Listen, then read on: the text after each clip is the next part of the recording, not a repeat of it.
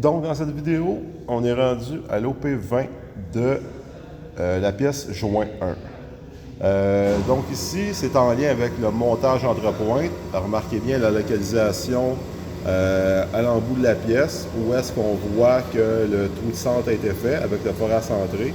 Donc, très important de suivre le montage. Il y a une vidéo précise pour ça, le montage entre pointes. Donc, c'est ce qu'il faut utiliser ici. La raison, c'est que notre pièce qui fait 2,750 millièmes, donc 2 pouces 3 quarts, est sortie pratiquement en totalité du mandrin, donc 2 pouces 500, 2 pouces et demi, ce qui veut dire qu'il y a tout simplement une prise de 1 quart de pouce à l'intérieur du mandrin. Donc, pour avoir un montage solide, on va se mettre entre points. Première chose importante à cette opération 20-là. Deuxième chose, il faut être conscient, il faut vérifier la liste d'outils pour ne pas tomber dans le piège. On vient faire un contournage sur la pièce, on voit les lignes en gras, on vient tourner un diamètre de 437 sur une longueur de 1,585. Mais l'outil à utiliser n'est pas l'outil à contourner, mais l'outil à chanfreiner. La raison est tout simplement de faire l'exécution du chanfrein en même temps. Donc, plutôt que de faire deux séquences avec des outils différents, puis arriver peut-être avec un mauvais tangentement entre la droite de mon diamètre et la droite de mon chanfrein, on utilise à ce moment-ci l'outil à chanfreiner comme outil à contourner. Donc, c'est ce que je vais faire en démonstration.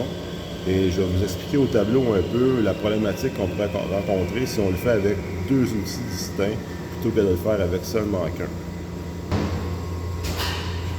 Donc, l'idée d'utiliser un outil plutôt que deux pour faire ma séquence ici, c'est que moi, je veux avoir vraiment un tangentement parfait entre mes deux droites ici. Donc, l'idée de le faire avec le même outil va m'éviter d'avoir des problématiques comme un mauvais alignement, soit parce que mon chanfrein n'est pas assez grand ou que mon chanfrein est trop grand, ce qui pourrait affaiblir ma pièce et peut-être même être un indice là, de fissure là, qui pourrait être engendré à ce niveau-là. Donc, de là l'idée de prendre l'outil à chanfreiner pour faire mon contournage. Donc, comme c'est représenté ici, on ne pourra pas venir avec l'embout de notre pièce avec, par exemple, l'outil à contourner puis un papier pour se faire notre Z0. Donc là, je vais le faire sur la machine. On va se positionner avec la pointe de la plaquette, avec la ligne rouge pour avoir une position 0 en Z, pour être capable de faire mon déplacement.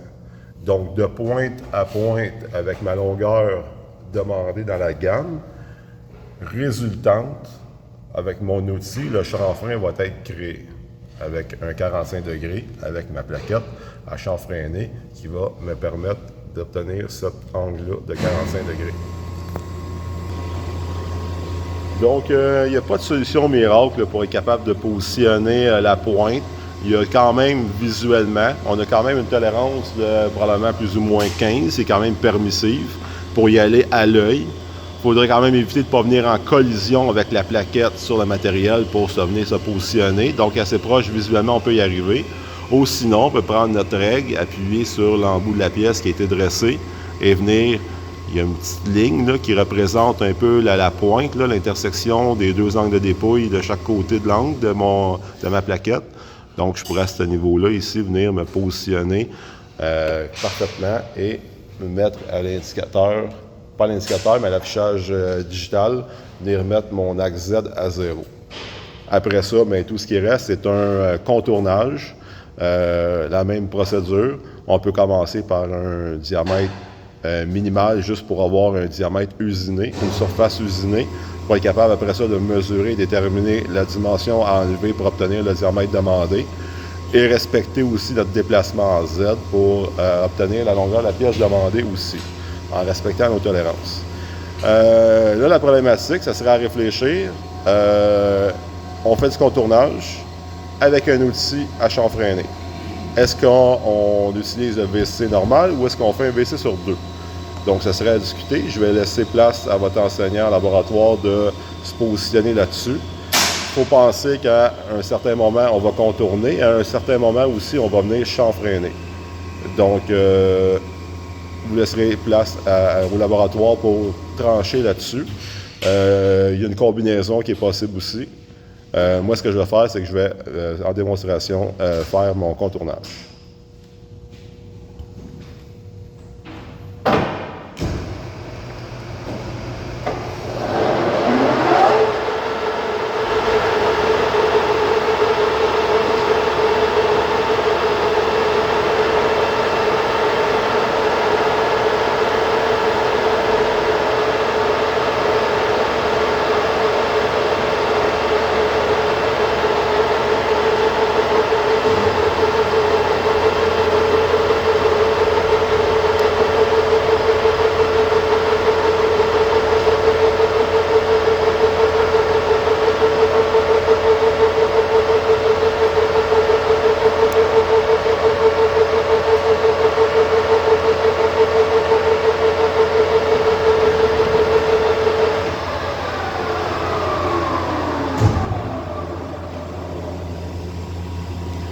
Donc ici, ce que j'ai fait, j'ai simplement pris une passe minimum juste pour avoir un diamètre usiné.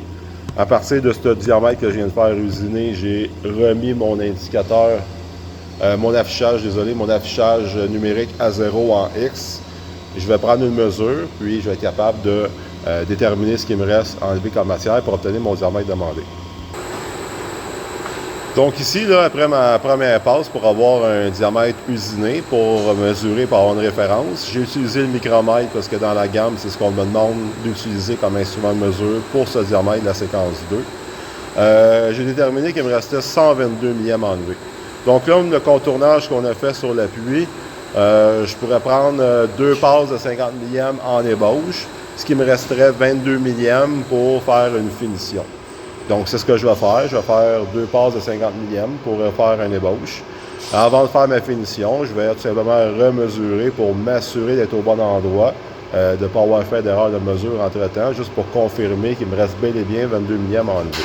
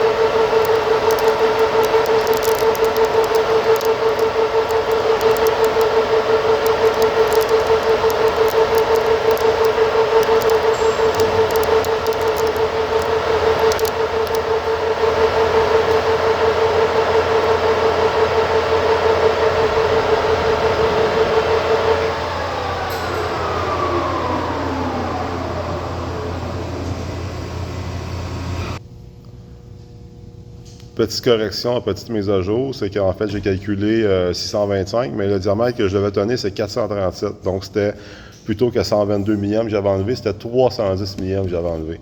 Donc, j'ai pris un petit peu d'avance pour limiter la vidéo un petit peu. Donc, j'ai enlevé à tranche de 50 millièmes, j'ai enlevé 300 millièmes au total en ébauche. Donc, je suis à ma dernière ébauche à faire, c'est ce que je vais faire maintenant.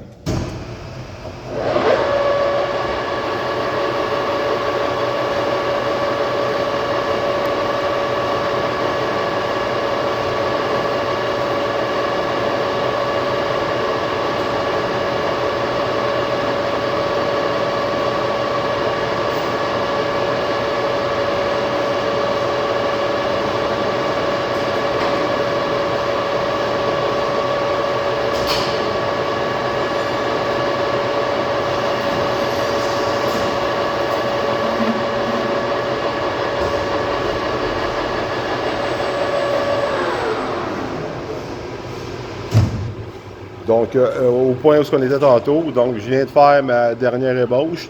Donc, je vais vérifier qu'il me reste vraiment 10 millièmes enlevés pour obtenir mon diamètre de 437. Faire attention, je ferais remarquer que la plaquette à chanfreiner a vraiment une pointe qui est vraiment sharp, qui est vraiment pointue, comparativement à l'outil à contourner qui a un rayon sur le bout de la plaquette. Donc, avoir un beau fini de surface est un peu plus difficile avec cette plaquette. Il faut avoir une avance un petit peu plus lente pour s'assurer d'avoir un beau fini de surface. Donc, vous pourrez utiliser les passes d'ébauche pour vous faire la main, mais rendu à la finition, il faudrait faire attention pour vraiment avoir un beau fini, d'avoir une avance qui est vraiment lente pour être capable d'avoir un beau fini de surface. Donc là, je vais prendre mes mesures pour vérifier, puis je vais faire ma finition. Je vous ai laissé en suspens par rapport au RPM. Moi, de mon côté, je vais vous expliquer ce que je fais. C'est que j'ai contourné en ébauche avec RPM, dans le fond, à 100%, mon théorie comme si c'était un outil à contourner. Mais rendu à ma finition, même la base avant, j'ai pris un VC sur 2. Parce que la partie chanfrein commence à être de plus en plus importante. Donc, à haut RPM, ça va créer une vibration au niveau du chanfrein. Le chanfrein va être saccadé comme fini de surface. Il va être moins beau. Donc, l'avant-dernière passe, j'ai pris un VC sur 2. Donc, j'ai réduit de moitié mon RPM par rapport au contournage. Et ce qui me permet d'avoir aussi une répétition pour ma finition. Je vais tourner au même RPM. Donc, je vais confirmer qu'est-ce qui me reste à enlever. Ça va être grosso modo 10 millièmes et je vais faire ma finition. Donc, dimension de finition confirmée. J'ai ajusté ma valeur finale à mon digital à 310, donc ce qui était préalablement calculé. Donc, ça veut dire que j'étais à 10 millièmes ici pour ma finition. J'ai un RPM réduit, donc je vais faire ma finition avec une avance pas trop rapide, contrôlée pour avoir un fini surface.